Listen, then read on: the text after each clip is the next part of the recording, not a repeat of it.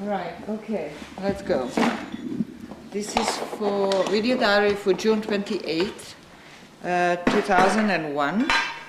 And what we finished today, on that day, I should say, is the cleaning of a massive packing in the central space of former 158, and next to the big oven, 606.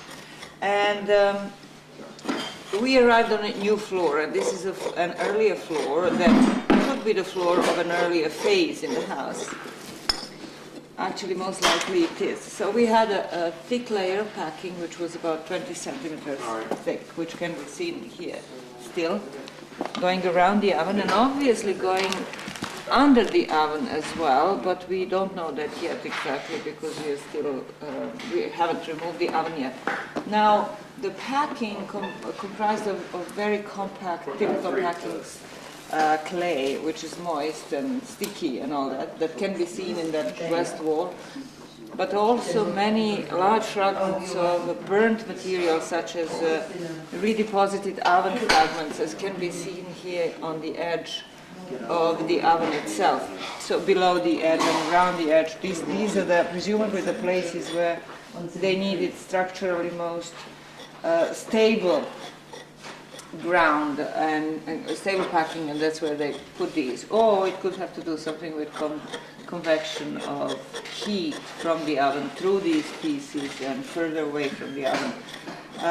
In any case, and that's where it was concentrated, and also in this triangular area along the screen wall line, where on top of which was the feature 758, which is those mini clay balls. That was also full of burnt material, even though the burnt material was spread all around in the packing, but this was where it was concentrated. There were a number of burnt stone fragments, such as fragments of ground stone and some other stone, most likely tools that were fragmented and burnt and deposited here. And then close to the bottom of the packing and just above the floor that we can see, we had a very nice remains of organic materials and very nice layer of sticking to the floor that had occupational deposits, some of which is still seen here. And that was taken as a separate sample. Another thing is that we had a quantity of this powdery black sandy ashy whatever soil that we can see here coming up in a feature coming up, which is a storage feature, where excuse me, just below an earlier storage feature, which was our feature 750, that had a cup that had a basket in it. So this kind of material was spilling out of the storage bin all around in this area around the southern edge of the oven. So that was taken as a separate sample. Also in this area over here, we had fragments of rubble that had one surface flat as a face surface, and that surface was covered with ochre of an interesting color, which was orange-yellow, a color that I haven't seen here yet. So that seemed to be in a secondary position. That fragment was not part of the oven, but was just put there as rubble in the packing as all of these other pieces. Now, one problem with this whole situation is that even though the floor that's exposed seems like the floor of the new phase, an earlier phase in the house, from the floor that we have removed above here. So we had this floor and packing and another nice white floor that was connecting directly onto this basin on our platform 169. So that floor was connecting the upper one, and the lower one, this floor that we see now, is also connecting to the basin and to the feature 169. But so in between those two floor layers, we had this massive packing. Now the massive packing normally indicates a big change in remodeling and sometimes a change in phase, but here it's difficult to talk about change in phase considering that both of the floors are so nicely attached to this. So it seems as though there is no big change in phase and there is no big time difference between the two, and yet the packing itself indicates that was the case. So that's a problem. Now if we look at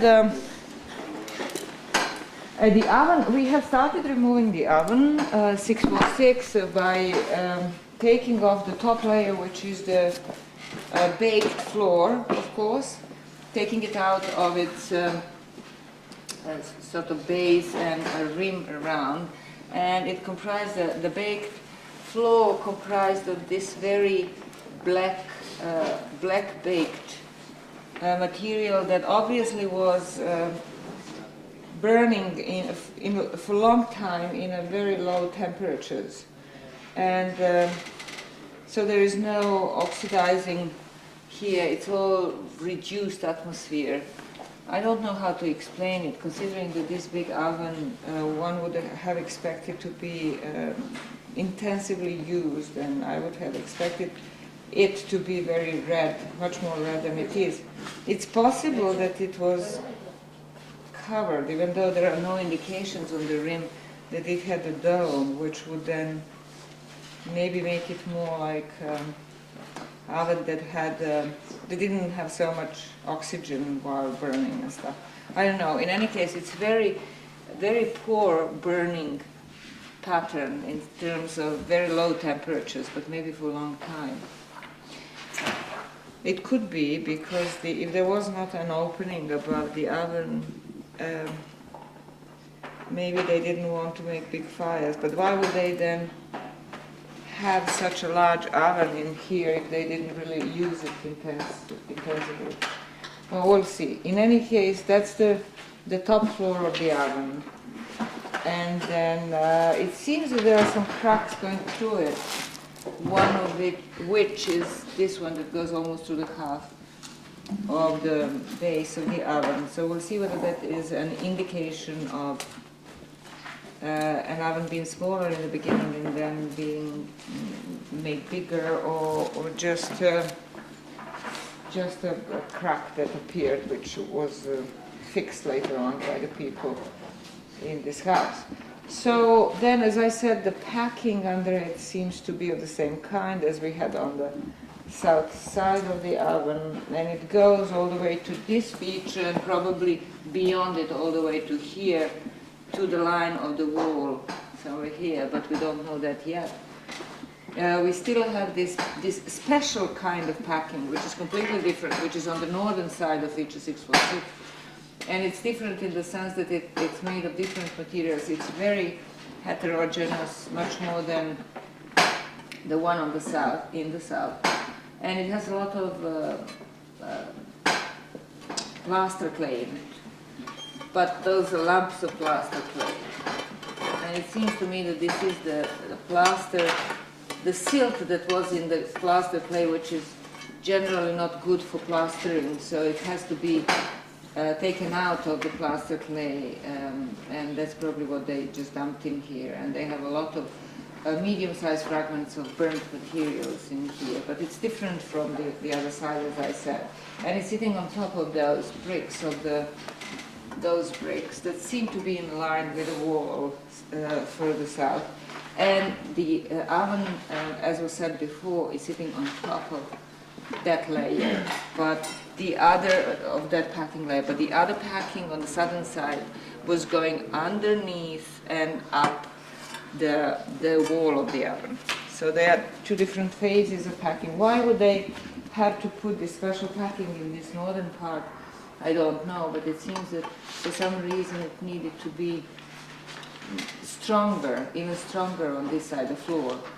Or maybe to cover up something underneath that we don't know yet, which was a rather unstable or soft or problematic. Now we also can see along the line of the screen wall, we can see now the gap in the floor and the cut in the floor, basically. This is the cut, which will be even better exposed a little later.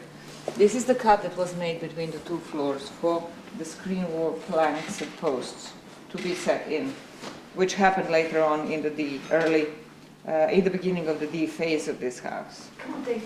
Also, we can see here in the middle a roundish feature coming up on the floor, on the early floor, and it doesn't seem like an oven, it doesn't seem like a basin, it seems more like a disc on the floor that doesn't seem like a feature in which they were processing anything, but it could have been. And it's right in front of that bin coming up, and I think they are from the same phase. Okay, so then on 169, what we did, we started removing a layer of white floors. We were going to go floor by floor, but that was impossible. So we ended up removing at the same time 2 white floors with their packing together in one layer. And arriving on this earlier floor, and everywhere except for this little bit here where we still didn't finish the removal. So here can be see the cross section of the floors that we are removing. So 2 white ones and the packing between them. And then going towards the east on the platform, this same floor that was removed here goes down around the edge of our feature 775, which is our bathtub, and along this edge, and then going down here and to these hearths that we have series of here in the center of the feature 775. So we are now gradually removing that. Under the floor, we had here 2 floors that we have removed. One was our dirty floor, as we call it, which is brownish floor, that was surrounding the nice round heart that we had here, feature 764. And so the feature was here, 764, and the dirty floor was going around and was ending up along this line. And obviously, earlier it was continuing on top of the platform, but parts of it were removed last year. So that was our dirty floor that went from on top all the way down. And below that floor is this white floor that I'm describing now. This is the floor that we can see that goes below and goes with another fire installation that was here, that we just started removing the fragments of which have been removed in this area. That was Blackbird fire installation. And now the one below that we can see now, that's also terribly fragmented, goes with another floor that is below that, maybe this floor. That's below this white floor. And between this floor below and the white floor that's on top, we had this series of patches of packings in this corner area. And we are removing some of that now. So, what else did we do? We took all the burial remains from the central burial, except for the basket, of course, which is being under conservation and keeping the basket and the remains of wood. In the first, when the burial was taken out, some remains, fragments of wood, wood which didn't burn or didn't carbonize, were found in here, and it seemed that there is sort of like this squarish line, at least here, the corner, which could indicate that maybe that was a box, a squarish or rectangular box, and that would have been just below where the shell with the pigment was also put. So that means that maybe if this was a box, that the shell and the other and the spatula with pigment were all put in a box and then placed in this basket, the remains of which we can see here, as together with the skeleton. It would be then the basket, the box, and then the cranium of the baby on the box in this basket.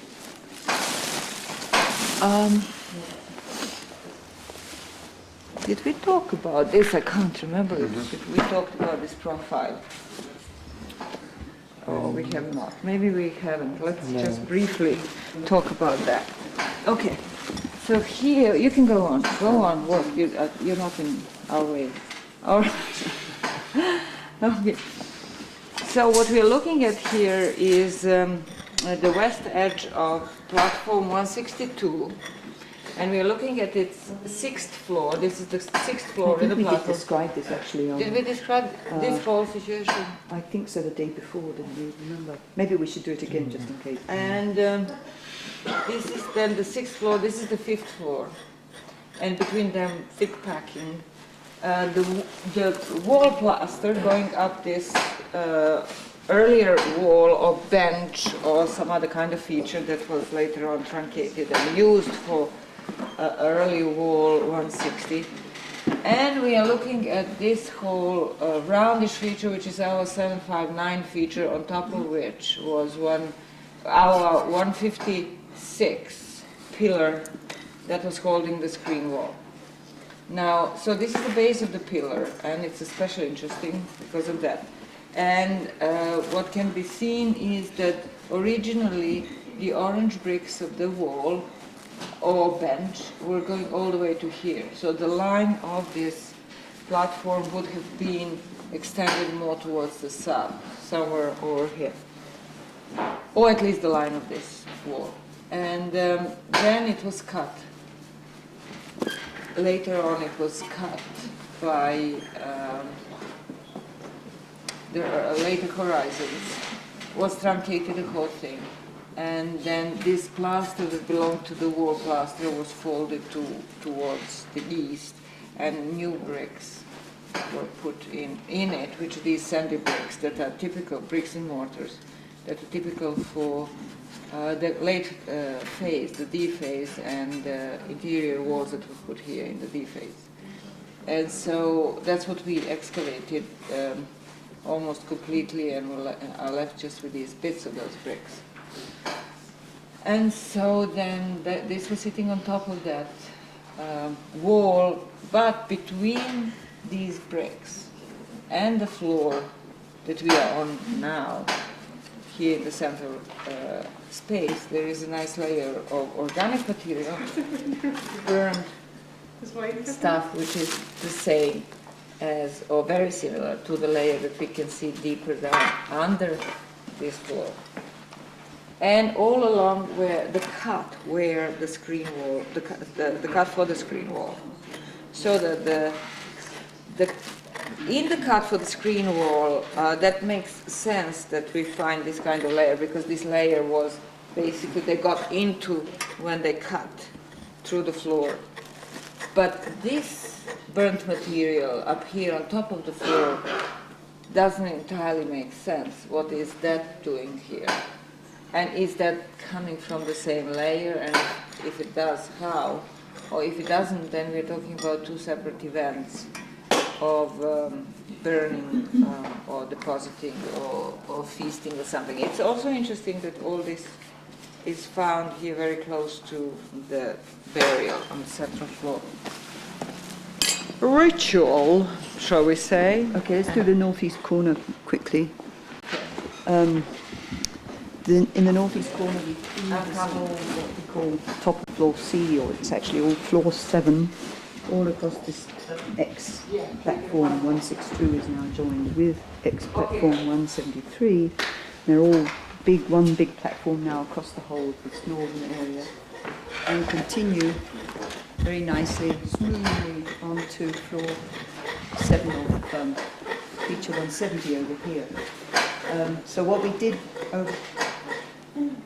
we photographed, we did a nice big aerial, and we note that there's, under these floors, there's probably a burial here, there's probably one under there, there's almost certainly one under here, and if you come over here, this is the one we're going to do first, which is, as we cleaned this floor, we could see again this very clear line, which I'd been kind of following for the last 2 floors or so in this area, but now it's really clear, and it's probably has been dug from this floor, almost certainly has been dug from this floor. It's a burial cup, probably going somehow like that.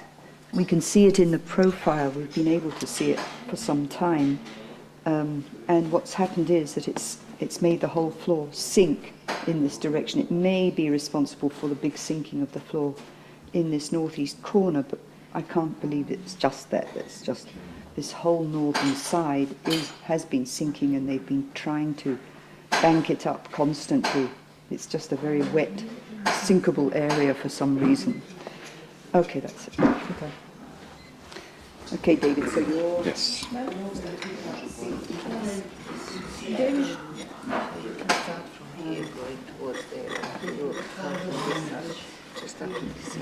Anything more?